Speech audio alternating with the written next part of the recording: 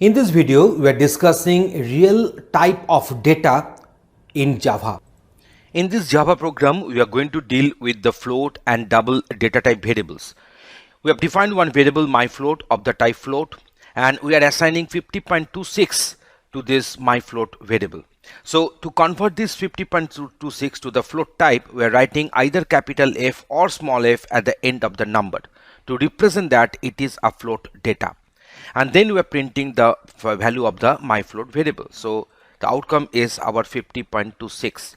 In the next example, 50 and 3 individually they are integers, but I want to do some float division between them.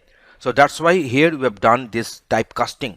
So typecasting to change integer to float, and as a result of that we will be getting and we will be observing fractional part in our quotient after doing the division. So that's why 16.666666 is the respective answer, and that has been assigned to myFloat, and myFloat has got printed. Here we are having my double.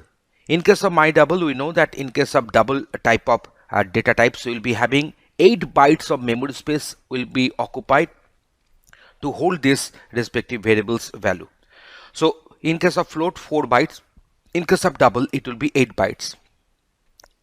On this particular variable, we have written minus 0.2356. So here you can use capital D or small d to represent that it is a double data, but by default it will be of the type of double. So I'm going for the execution. I can find that my double is having the value that is minus 0.2356. Here we are doing some division operation.